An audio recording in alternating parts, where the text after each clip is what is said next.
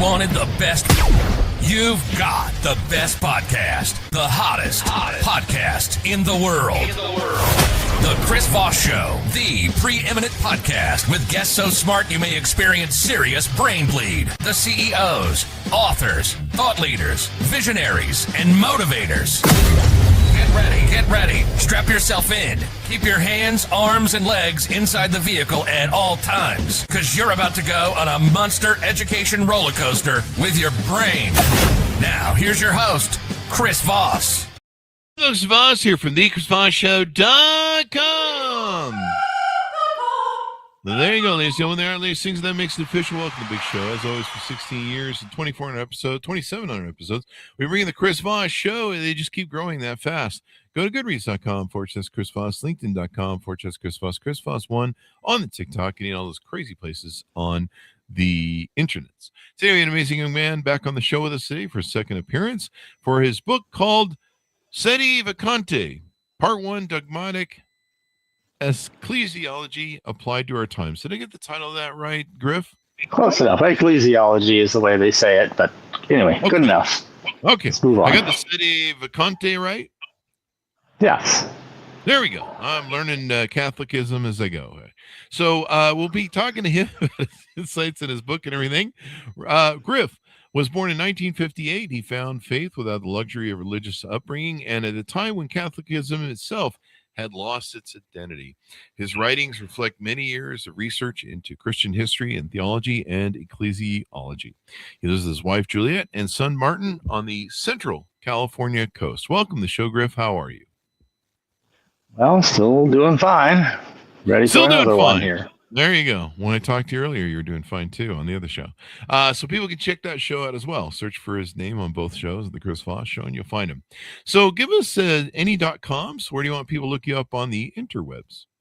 I can only give you the same ones I gave you before. The best place to find me is that on YouTube, my channel is Mr. Ubi Petrus, MRUBIPETRUS, Mr. Ubi Petrus. That's my YouTube channel. I'll be uploading, I've got other videos on there pertaining to all of these kinds of issues. So all right. That's really the best way. Yeah. So give us a 30,000 over. Give us a 30,000 overview. What's inside your book? So this book is really about the theology itself of all of this, or the ecclesiology. That's just a particular of the theology of the church itself, how it's structured, how it's run, and what doctrines apply to describe the church to itself, to everybody else. So that's different from the resurrection book, which is a history of all the various heroes of the faith that have preserved the church through these trying times. Now it's more a matter of backing up a bit and saying, so what are we doing? How can we justify our existence? And in particular, I think the Sedi Vacante finding, do we really have a pope? In the Catholic sense of the word, I know that we do not. Now, people can call somebody at Vatican City a pope. They went through the motions of pretending to, but I think they had to know as well as I, they're not really doing that. If he uses the word pope, I think he's using it in the same sense that he could use any old word. He could have called himself first citizen, president, grand poobah with equal, relevance. A pope in the Catholic theological sense of the word means a successor to the Apostle Peter. It is the one person at any given time to whom is handed basically the responsibility of the whole church, no matter how big it gets. You don't delegate, your responsibility. You can have people helping you. That's what the cure is about. But you're the one who makes the final decisions. You're the one who puts out everything official, and you're the one that the Holy Ghost is expecting to, preserve as being infallible, so that we will not be led astray. We won't be learning something today that, we made a mistake. We got to unlearn that. Here's the new truth for tomorrow. You don't want to have a religion like that. Really don't want to have anything like that. Well, science can progress. We used to believe in phlogiston. Now we believe in oxygen. But this isn't a matter of progress. This is a matter of, there are things we've established. It's almost more like mathematical theorems. You prove something, and once it's proven, nobody comes back and proves it false. Mm. You see? Mm. Yeah. There you go. And true theology builds like that. There are basic premises that establish the whole thing and each of the details of what we believe and why we believe. And that's what we have to do. And the Sedevacante volume is to start going through a number of theological manuals, standard pre-Vatican II theological manuals. And so you do that, and you actually find out a great deal about our situation. And I think maybe part of the problem is that even a lot of the heroes of our account, like I said, this doesn't get into personalities barely at all, because this isn't about personalities. The resurrection is about people, personalities. This is about the theology. But when you get into the theology, what you find is that there's still, though, kind of a personal reaction sometimes people can have. And I can only guess some of it. But you think, here's these heroes knocking themselves out, keeping the true faith, providing for their congregations, all the sacraments, the teaching, basically everything the church has always provided for the faithful. Like always. It's really, in fact, how much the same as it's always been, as long as you're working among the traditional Catholic community. So there they are. And yet, can they explain stuff? Well, this is where people have to kind of have difficulty figuring stuff out. One of the things one sees, going back to the resurrection book, is that there's a number of different currents of thought that various people have about these things. Just theories, ideas, scenarios, something that people, concerned Catholics trying to figure out what has been for really pretty much almost everyone an incomprehensible circumstance. There's all these dogmas that tell us that the Catholic Church is established rock solid certain on the rock of St. Peter. And now all of a sudden you see this big organization that seems continuous to it, like it's on shifting sand. And, you build on shifting sands and the walls go backwards and askew in this way and the roof caves in and the whole building, disintegrates under the slightest pressure because it's on shifting sand and, and not on the rock, as it were, in this case, the rock of St. Peter. And how can this be? And I think people see this and they're not able to figure out why, how. Because that's, for 1900 years, from Pentecost, when the church officially founded as the Christian church as distinct from the Jewish congregation, clear up to Vatican II, that never happened. And actually, once you figure out, and I do kind of lay this out objectively, empirically in my resurrection book, and in these books, I have to try to demonstrate it ontologically, although that's more for volume 2 to do. But we get into some of that here in volume 1. We have to demonstrate ontologically that it's not the same church, it's not the same community. There is no actual continuity from the historic Catholic Church that my great-grandparents and so on further back, if they were Catholics, would have grown up in and gotten married in, or some of them became priests and bishops in and so forth, versus, what passes for the Catholicism of the, your local Saint Miscellaneous today. And so you get that difference. You say, how did this happen? How did it happen? We have to lay out what are the dogmas. And that's what I do. I just have all these doctrines where what have the theologians had to say about this aspect, what do they had to say about indefectibility of the church, that it can't be destroyed or changed, infallibility of the Pope, we've already mentioned that, the authority of the Pope, and also under him the bishops and so forth of the church. And then also, finally, what we get to is a big section on this is devoted to what we call the marks of the church. One, holy, Catholic, and apostolic. What do these things mean? Why do we have them? So there's a lot that theology tells us about these things. And so when you put all of this information together, you can do it. You can actually solve a great deal about what it is that has gone wrong. Apparently either at or near Vatican II, and it turns out it is at, but I kind of have to not presume that, as I write the book until I get to the point where I can talk about in volume 2 exactly what in Vatican II did it and how did it do that. So that's where I could drill into that. I kind of mentioned it in the resurrection book, but it's kind of common, ordinary person level. Here we'll drill into it, theologically and intensively. This is a theological manual. This is not ordinary reading, but this would be for people who they like the history of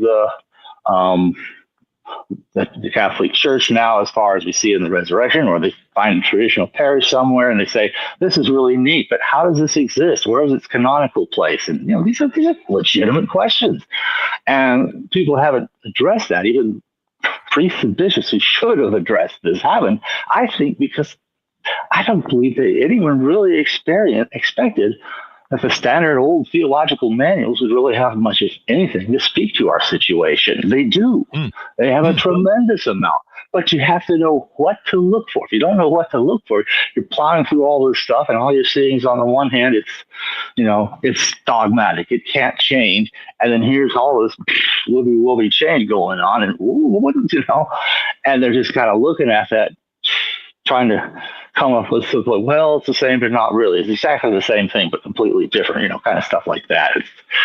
The explanations are creative sometimes, but that's a part two. So part one, we're drilling into the dogmas themselves. What do they say?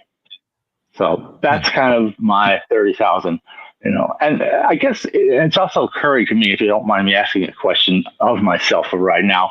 I say, well, what is your status as a theologian? And that's a fair question to ask, because I'm very conscious of the fact that I'm not officially trained per se, just very well read, and also able to read and see through what's going on, and most importantly, put it all together into a cohesive whole, which I've never seen anybody else do, even till now. But what about, there's all these grand theological schools that have been there for centuries, and even many doctors of the church and brilliant minds, St. Thomas Aquinas, St. Alphonse Liguori, and, all these great doctors of the church and other great theological, catechists and, manual writers and so forth, are brilliant minds. But they have the benefit of it also being the education, the training, but they left behind a lot of good books. But I'm realizing here, isn't there some expert? I wish there was. I really wish there was. And maybe if I could have somehow been in this, 3 decades earlier, I probably could have at least found some people who were, some priests or somebody who had been trained way back when, and at least actually had actual real training to work with. But that doesn't exist. You can say, well, what's wrong with these schools? They did all these great minds. Are they all of a sudden stupid? And I figured out, here's what to compare it to. This isn't in the book, but I kind of think it'll explain things. In Russia, the science of biological genetics, we study about DNA and genes and, recessive gene, dominant genes, all these different, things by Mendel, I believe it was. Mendel was the biologist who came up with a lot of this stuff. And then you get to Crick and the molecule of DNA and all that good stuff. But in Russia, for a big chunk of the 20th century, they had this thing called Lysenkoism, based on this guy called, I wrote it down, I can't remember his first, Trofim Lysenko, who had basically persuaded Stalin that his idea of genetics should prevail. Well, in Russia, it did, so long as Stalin was around, and for some while afterwards, too. And to some small degree, I think it still kind of exists. Now, Lysenkoism is basically a pseudoscience. It's junk. It's garbage. It's based on the long-abandoned idea that Lamarck was this guy who came up with this idea that, well, if you cut the tails off of mice, the children will not have tails, or at least they'll have shorter tails. And maybe if you just keep doing this, you'll have mice that are born without tails. Never worked, but somehow they insist on believing it anyway. So that pseudoscience just injured the whole study of biology in Russia. You couldn't really study. You could be knowledgeable. You could learn the lessons and have all these letters after your name, and subjectively, you really believe you earned them. And you're very, very educated. But today, these same once great seminaries are similarly dominated by the false positions of Vatican II. Vatican II is to real Catholic theology what Lysenkoism was to standard, biology and genetics. If you're going to put this thing in the middle of your study and insist on it, you're going to end up with a lot of nonsense and gobbledygook, no matter how well you understand it, no matter how well you can explain it, no matter how many letters you get after your name, and no matter how wise and intelligent you may in fact personally be as a human being. So the real question is, where you find a real theologian? In the traditional community, a lot of us struggle, but we have the same thing, nothing more than what I have, which is just I have the standard theological manuals. And that's what I base my book on. And that's what, my book on. That's where I get all of my theology. And I've also seen theology abuse. This is one last thing, due diligence. It's easy to find a quote out of context to prove anything you want. I've seen that done. I have a history of watching people do that, and it looks persuasive. And then you look up the quoted context, and it doesn't mean at all what somebody was trying to make it sound like it means. But if you get a longer section where you allow the theologian, the scholar, whoever, to speak at length to an issue, there's really no way to misquote it anymore. And that's kind of an important thing I also do. I like to have someone longer quotes that just sit at the feet of these great minds of the church and just drink it in. And if you do that, you come to a conclusion. So that, in a nutshell, is what that book is all about. So there you go. We can move into questions. Who's the book for? Why did you structure the way you did, and who's the book for? Let's start with the book for. There's kind of two things I'm trying to explain here.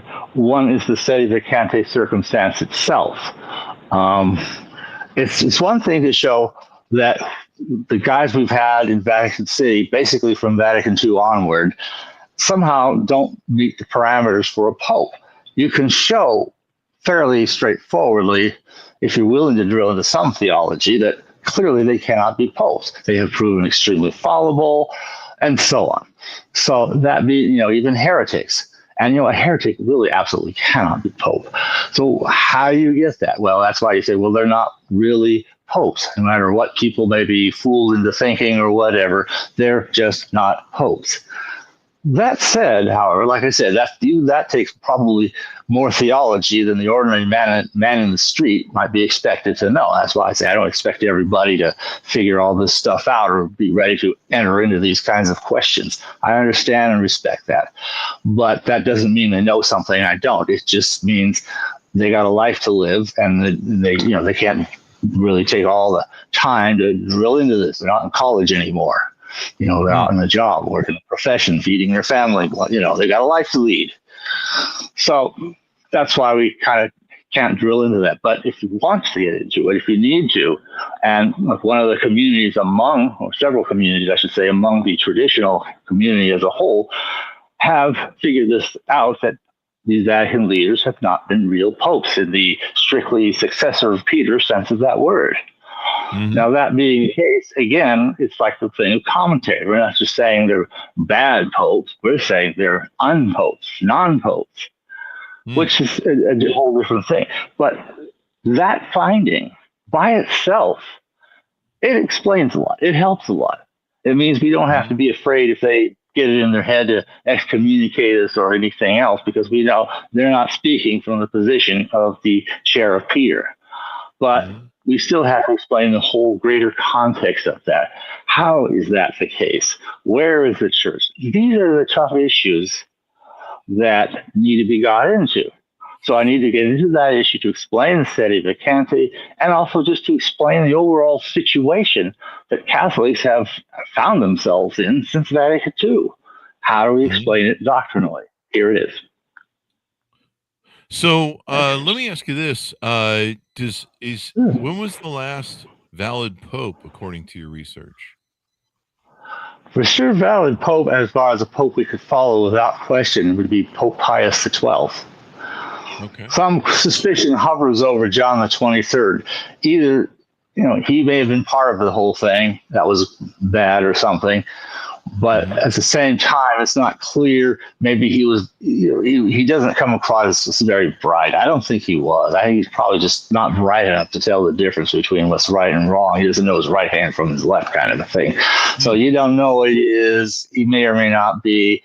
There's some things he did that I think were either good or at least well meant. There's other things that are not. But the biggest problem was he said, let's have a council for no good reason. That didn't finish in his day. So at least in his day, the council didn't spew anything out. They had all these things they were going to promulgate, and then he just took everything that was going to be there and just shot it all down. Everything was gone. The council should have been over. Then he died. Wow.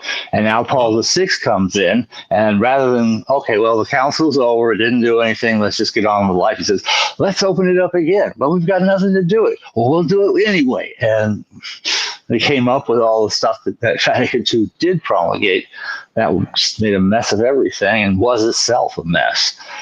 And that's kind of that's where it all went wrong. So Paul VI certainly could not have been a pope when he was promulgating Vatican II. I leave open the question, was he a pope on his election? Did he therefore lost it? Or maybe he's got a background that's pretty pathetic, of heresy, of intrigues against the church. One could even doubt that he was even validly elected, as a pope. That means he would never have been a pope. It doesn't matter which way. The clear thing is by the time he's given us stuff from Vatican II, he is showing that he is not a pope. And so at that point, we know that he's not. And the thing is, the successors have been successors in that same role, that same new organization that really Vatican II created in parallel to the real church. So all of his successors have been that. So through no fault of their own, they're not popes either. So there it is. That's part of that greater context. Those are my purposes. Now, who was this really for? My first target audience. Oh, go on. My first target audience would be Leaders of the Resurrection book, and the other would be just others, especially either seminarians who want to kind of better understand what they're going to do by becoming a traditional priest, as well as just any other concerned Catholic who looks at the mess and wants to see, well, here's another explanation. Let's see if this makes sense. Everyone has a right to do that. Okay, sorry I cut you off there. Excuse me. So, how does your book and your studies fit with other Catholics? Are you somebody that they want to burn at the stake, or is there somebody that they're like, hey, he has some points? Are you creating fighting words here, maybe? Well, some people will probably find something in here that could be fighting words. All that happens is you don't understand what you see. Somebody comes up with an idea. It sounds kind of good. And some of them are actually fairly clever. I will give them that much credit. Some of them have been developed by very intelligent minds. But they're scrambling in the dark. They're clawing and scratching at something they don't know what it is. So what they do is they think, well, this must be it. And they kind of start to settle on it almost like it's dogmatic, even though if you really look at all the ramifications of, let's say this particular idea, what went wrong, is the right one. There's a lot of doctrines you ought to fit this to. Well, I will have identified those doctrines in this book, and that just goes to show that you need to go back to the drawing board. And I don't like, some people don't like that, and I don't blame them for that. But it does kind of create confusion, and people get ensconced in their particular communities right now because there is no real pope. If they had a real pope, the pope would say, okay, we're all going to get along together. We're going to solve this answer. And we're going to come up with an answer. This is what it was, but this is all an ollie oxen free for whatever ideas or school of thought or, Episcopal lineage. That's another issue of various areas in the church and so forth in the church. And just say, this is ollie oxen free, let's just come together. And we know what we believe in. We know what we want to see happen. We know it has to happen. Let's just get on with it. So get on with it, as it were. Yeah. There you go. So some interesting topics you broached here. Is the book? Why does the book move from doctrines to deductions at a point in the book? So this is what happens: is that when you're researching anything, history, any of the kinds of areas of scientific or quasi-science, usually soft sciences, you want to start with surveying the available literature. You learn what is already said. And then once you've got that, you can start making deductions from what you know, what you've established.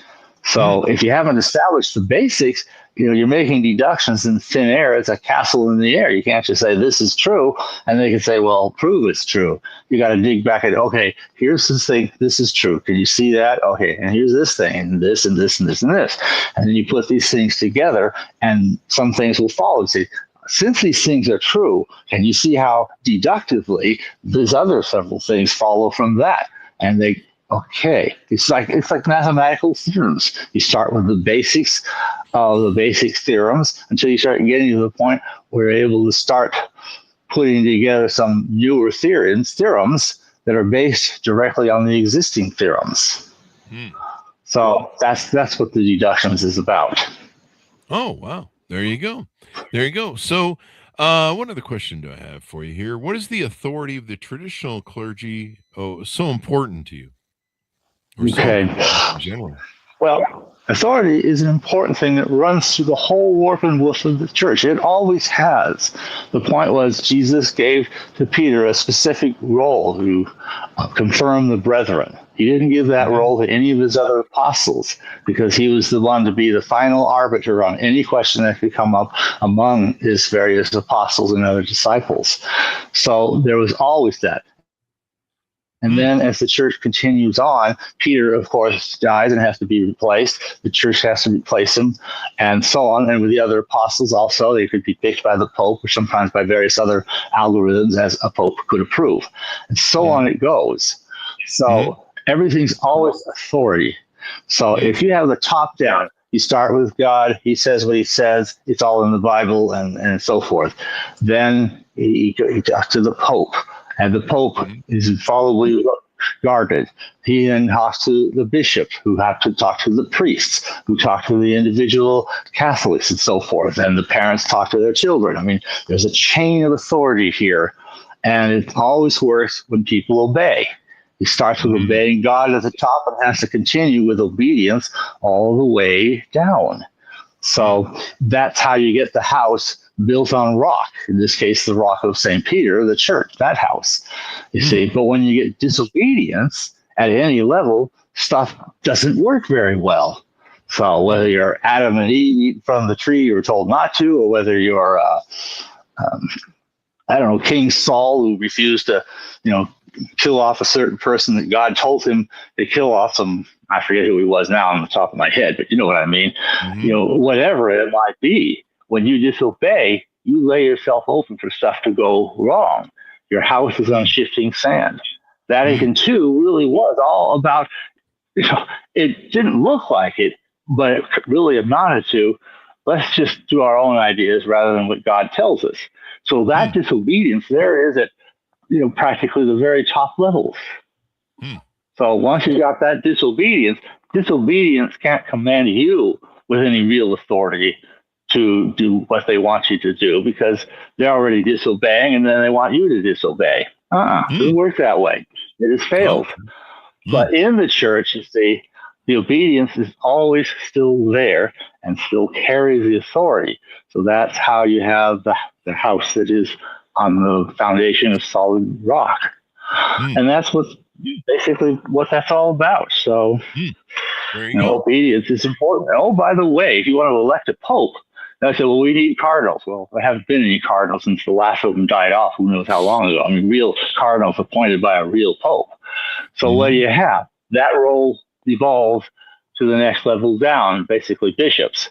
Now, bishops can do this stuff, and they can if there's nobody higher. It's like you run a business, the manager would normally be here, but the manager's out sick today. Well, I'm kind of the assistant, so I'm in charge today. Okay, things are slow. You can take the afternoon off. I'm not the manager, but since the manager's not around, I'm having to kind of run things till the manager gets back. You see what I mean? It's still the manager. There's always that authority, and it can devolve if it has to. So that's how that would work. But if you don't have any authority, you can't say, this is my flock. I'm a bishop. And this is my flock. And I could say to them, I've been, I recognize so and so as a pope because we and my fellow bishops have held a conclave. We followed all the procedures possible for this situation. So and so is our pope. He's your pope too. We will be saying our masses in union with that pope and doing everything else in union with that pope. And the next bishop says the same thing to his flock, and so on, all down the line. You see, if you don't have authority, all you have, and people have tried to do this, it's a bunch of laity who just got to think, oh, there's no authority left. It's all gone. That's impossible. But you see, if you understand the doctrines, you realize that's impossible. So you're already in a false position. You say, well, maybe we just kind of elect somebody to be our pope. There's been at least half a dozen efforts along this line, and not a one of them has given us anything at all like a real pope. They've kind of turned into jokes. So why did they fail? Mm-hmm. Have I what? Go on. So my next question for you was, now you have a second book on this book. I don't know if you want to tease that out a little bit and what you talked to there. I can tease it out a little bit here. I mean, I got a spare copy here, and it looks almost the same, except it's got two lines because it's the second volume and a longer title, The Lumen Gentium Theory About Our Present Ecclesial Circumstance. So where the first is dogma and things that directly, logically deduce directly from our existing dogmas, then we have to get into the area of the real theorizations. What is a real theory? How do we explain what's going on? So I have mine. I ventured in a fair amount of detail. There have been quite a number of others, and I talk about these. And it's interesting to test the various ideas that have been come out with as against the doctrines we found in the first volume. So that is a tiny nutshell is what the second volume, is about. So that's what it is. They're kind of like companions, because even the deductions are still, even if they don't immediately come directly from the sources, they do logically directly flow from things that did come from the sources. Now, as we get to a theory, we posit a theory. This is what I believe happened. These are the reasons I believe it. These are the evidences, and so on. And then let's see how this idea fits against what we've actually seen. And the fit, is astonishingly good and doesn't bring up any doctrinal issues at all. So that, to me, should mean something. All these others, clever theories, some of them, brilliant ideas, maybe in some cases even scenarios that might one day arise in the future. So, I mean, it's not a waste of time that people have thought of these things. That's not what's happening now. But they can be useful to know in the future. How would we know? What would be the situation? How would we test for these kinds of things? You test it always against the established doctrines of the church. And I think I've got enough of them in Volume 1. I don't know, maybe people could find more, but there's an awful lot there in Volume 1. And that really is what we do. So they're kind of two halves of a work. But the first volume, I don't see how anyone can really disagree with part one without showing that they can't understand logic or that they don't agree with what the theologians have written. Or I don't know what else, how else, someone could criticize it, So that's what we got there. And that's the essence of all of that. There I go. Wow. Yeah, there you go. What are the scenarios which have been ventured by concerned Catholics? Have you ever tried going to the Vatican or reaching out to the Pope and seeing if maybe, you can get I'm going to give you an audience there so you can debate your point? Yeah, he'd be interested to read these sorts of things. He doesn't even read or study the manuals like well. You might disappear into the basement of the Vatican. Yeah. And never seen again. Oh yeah, and discover, here's where they hid the real Paul VI, who's miraculously still alive, not the fake one that everybody saw who created Vatican II. That's one of the more wacky ideas that's actually been ventured by some people. But there are doctrinal issues with that. I actually take it seriously and look at it doctrinally. Could that happen? Potentially. Is that now? Not this time. No, absolutely not this time. So I kind of, let's see, now that you're asking about that, comparison of other theories. Now, I've got 5 basic categories. There's actually about 23 different scenarios, but they all group into about 5 categories. And one would be absolute identity between the present-day Vatican apparatus and the historic Catholic Church. That's obviously very problematic, because now you have to explain a church that is on shifting sand. But it's an idea, and some people have ventured that. Next one, amalgamation of the present-day Vatican apparatus and the traditional Catholics, as if somehow they're both kind of like different parts of the church or something. That the church is not unified within itself. There's one obvious failing of that. Number 3, absolute identity between the traditional Catholics and the historic and real Catholic Church. That's actually where I believe the truth is to be found. If you just go with the traditional Catholics, period, you find a very intact and integral Catholic Church. 4, identity of historic and real church with unknown and or unknowable clerics. Sometimes you get these people who venture, well, somewhere there's some untainted bishop who's 110 years old, and he was made a bishop by a real pope, and he has a kind of authority that none of the rest of us can have. No, even if somebody lived that long, which I seriously doubt by now, and he wouldn't. But there's other ideas along that idea in this category. And finally, there'd be the belief that the historic and real church has disappeared. Either that it's gone and that's how it is, the end of the world's going to come so soon it won't matter, or else we have to restore it, either by having somebody have a vision. Oh, I got a heavy revy. God laid the papal mitre on my head, and I realized I'm to be the next pope. And I take the name of Hannibal the Seventh, Hannibal the Eighth. Hannibal the Eighth he is, huh? Well, nobody else saw this, Or you could have an election. I've talked about what happens when just some lay people try to do elections, and it failed. The authorities of the church have to be able to do it. And who are these authorities, and where did they get the authority? That's why that's so important. That's why I have a whole appendix back in volume 1 where I discuss this authority specifically. Okay. There you go. Well, it's quite complicated. I mean, I never realized. It is. It's a lot to know, and these are not meant for everybody. They're not meant for the common. This is not, a casual read. You're expecting a nice Agatha Christie classic, and you're looking at this, going, "Whoa!" Not that there's anything right or wrong. Most people kind of look at that and says, "I don't know how to evaluate this because I'm not a theologian. I'm not this. I'm not that." That's how people might feel, and I understand. You can learn some stuff. And the great thing is, I know no matter how much you dig into the standard theology, you won't learn anything different, not from standard theology. You just won't. You'll learn to see the same points expressed different ways by the various different theologians, but it's always the same truths, the same facts. Always comes down to the same truth and facts. So as we go out, what else maybe haven't I asked you about? What else have we missed? So we get an idea of anything there that we got, or if we got it on the can. Well, I don't know. I'm thinking we pretty much have it in the can. Let me see my notes, see if there's anything else we didn't address and probably should have. We talked about Sede Vacante, who's it for, how's it structured.